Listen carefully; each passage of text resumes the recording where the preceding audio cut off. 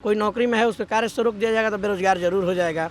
तो हम लोग माननीय मुख्यमंत्री से यही आशा और उम्मीद है और हम लोग लगातार तीसरे दिन भी बैठे हुए हैं। कुछ साथी हमारे दूसरे विभाग में भी चले गए, जो कि हट जाने के बाद तो सभी लोग कहीं ना कहीं बेरोजगार हो गए, तो कहीं ना कहीं दूसरे धंधा पानी में लग गए, कोई मजदूरी करने लगा, आगे बाल बच्चा परिवार जिए। तो हम लोग को पूर्ण विश्वास है कि माननीय मुख्यमंत्री जी हम लोग के साथ ऐसा नहीं करेंगे, हम लोग को ही मौका जरूर देंगे। सरकार से भी बात कर रहे हैं, लेकिन पता नहीं शिक्षा विभाग जो है सो थोड़ा टाल मटोल कर रहे हैं, उदासीन है। सरकार ने एकाएक एक झटके में निकाल दिया सभी लोग को बाहर कर दिया, जबकि हमारे जगह पर कोई शिक्षक आए नहीं।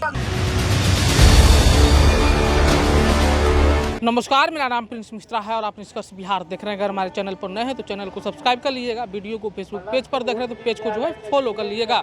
+2 अतिथि शिक्षक का जो है आज तीसरा दिन गर्दनी बाग में जो है धरना वो लोग दे रहे हैं। ऐसे में उनकी जो मांगे हैं तमाम चीज़ों को लेकर जो है हम लोग डायरेक्ट जो है शिक्षकों के साथ जुड़ेंगे और उनकी समस्याओं को जानने का प्रयास करते हैं कि आप लोग लगातार 3 दिनों से जो है धरने स्थल पर बैठे हैं। सर, क्या कहिएगा? सर, आपके चैनल के माध्यम से हम यही कहना चाहेंगे कि हम लोग विगत 6 वर्षों से अतिथि शिक्षक के रूप में +2 विद्यालय में कार्यरत थे और अब हम लोग को एक चिट्ठी निकाल कर और हम लोग को स्कूल से बाहर कर दिया, कार्य से रोक दिया गया है।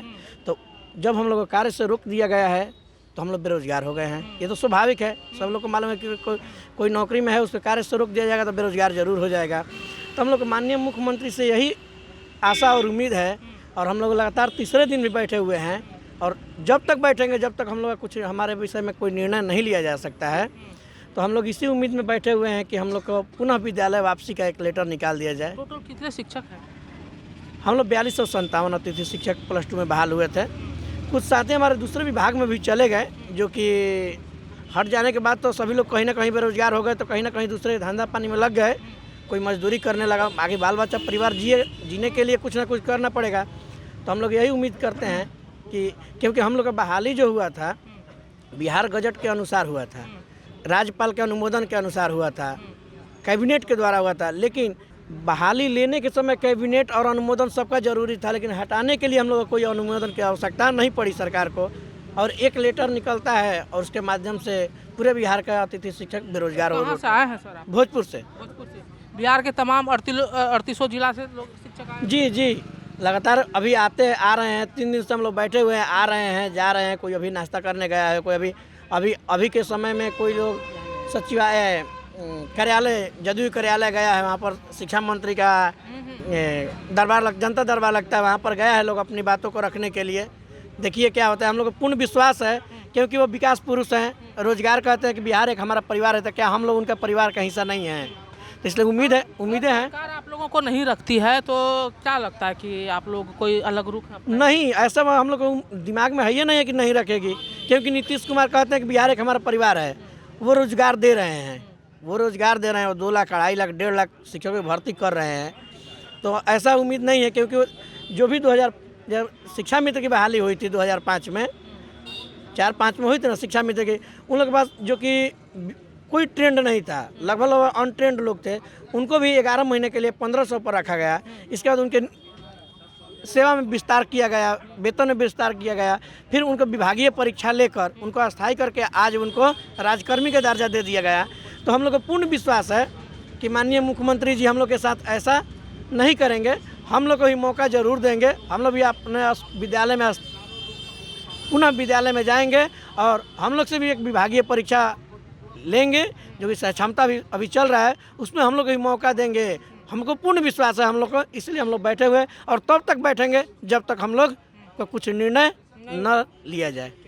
+2 के वो तमाम लोग कह रहे हैं कि जो हमारी मांग है वो तमाम चीज़ों को लेकर जो कह रहे हैं कि अगर सरकार हमारी बातों को नहीं सुनेगी और जब तक नहीं सुनेगी तब तक हम लोग जो है धरने स्थल पर बैठे रहेंगे और भी शिक्षकों के साथ हम लोग जुड़ेंगे और जानने का प्रयास करते हैं कि जो निर्णय सरकार की तरफ से जो ली गई अतिथि शिक्षकों का उन चीज़ों को कैसे देखते हैं। कि आप लोग सर कहाँ से आए हैं सर? 3 दिनों से लगातार आप लोग धरना दे रहे हैं, क्या लगता है कि सरकार आपकी बातों को सुनेगी?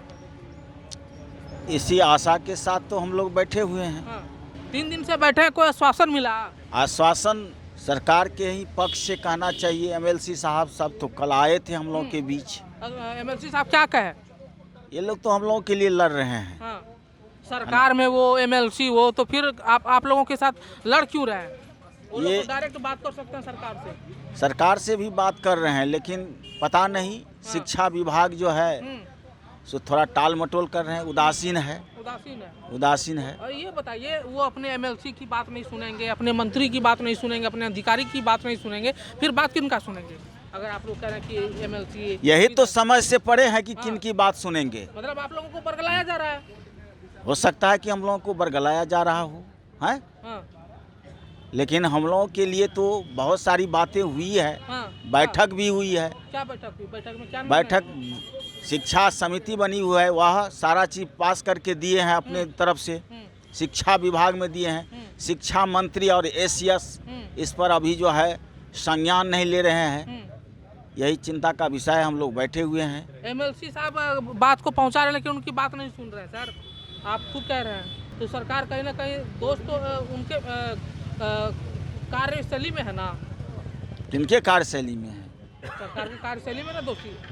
हाँ, पता नहीं हम लोगों के लिए क्यों नहीं सोच रहे हैं, ये विलम्ब क्यों हो रहे हैं, ये देर क्यों हो रहा है, यही जो है हम लोगों के लिए थोड़ा चिंता आप एक शिक्षक हैं, कहाँ से आए सर आप? सर मेरा नाम डॉक्टर विजय प्रसाद है। हाँ, हम ऐसे पटना से हैं। पटने में गेस्ट टीचर के रूप में हम कार्यरत थे। हाँ, सरकार ने एकाएक एक झटके में निकाल दिया आप लोगों सभी लोग को बाहर कर दिया, जबकि हमारे जगह पर कोई शिक्षक आए नहीं। हम धरना पर बिहार के तमाम शिक्षकों, अतिथि शिक्षकों के साथ यहाँ पर बैठे हुए इसलिए हैं कि हमारी सेवा पुनः विद्यालय में वापस कर दिया जाए। और सरकार माननीय नीतीश कुमार के कहना है हम उन्हीं की नौकरी देंगे जो परीक्षा पास करेंगे। तो हमारा कहना हमको सेवा में वापस करके एक सक्षमता परीक्षा का अवसर दिया जाए। अगर हम उसमें दक्ष होंगे, पास होंगे, तो हमारी नौकरी पक्की कर दी जाए। तो उम्र में भी छूट दी जाए, उम्र को शिथिल कर दिया जाए। माननीय उच्च न्यायालय ने भी सरकार को निर्देशित किया है, जो भी अतिथि शिक्षक हैं उसको 5 अंक का वेटेज दी जाए। लेकिन यह आदेश उस वक्त आया जब फॉर्म सरकार की ओर से भर लिया गया था, कंप्लीट हो चुका था, इसका कोई औचित्य नहीं रह गया। इसी कारण हम लोग कोई परीक्षा में बैठने लायक नहीं है। तो हमारी सरकार से मांग है कि हमें विद्यालय वापस कर दिया जाए और उम्र को शिथिल करते हुए पुनः जो भी परीक्षा आप लेना चाहते हैं, जो भी, तो उसमें हमको बैठाया जाए। अगर हम दक्ष पास कर जाते हैं तो हमें रखा जाए, नहीं हो तो वापस कर दें। तो देख सकते हैं कि जो अतिथि शिक्षक हैं +2 के, उनका साफ तौर पे कहना था जो हमारी नौकरी गई है, हमारे तत्काल प्रभाव से जो है स्कूल वापसी करा करके जो स्वक्षमता परीक्षा सरकार कर रही है, स्वक्षमता परीक्षा हम चले, अगर हम लोग जो है उसमें दक्ष होते हैं या पास कर जाते हैं तो हमारी नौकरी जो है पक्की की जाए। अगर हम लोग पास नहीं कर पाते तो हमारी जो भी निर्णय सरकार लेगी वो हमें मंजूर होगा। ऐसे में आप लोगों को क्या लग रहा है कमेंट बॉक्स में जरूर बताइएगा। फिलहाल तो धन्यवाद, बने रहिएगा निष्कर्ष बिहार पर।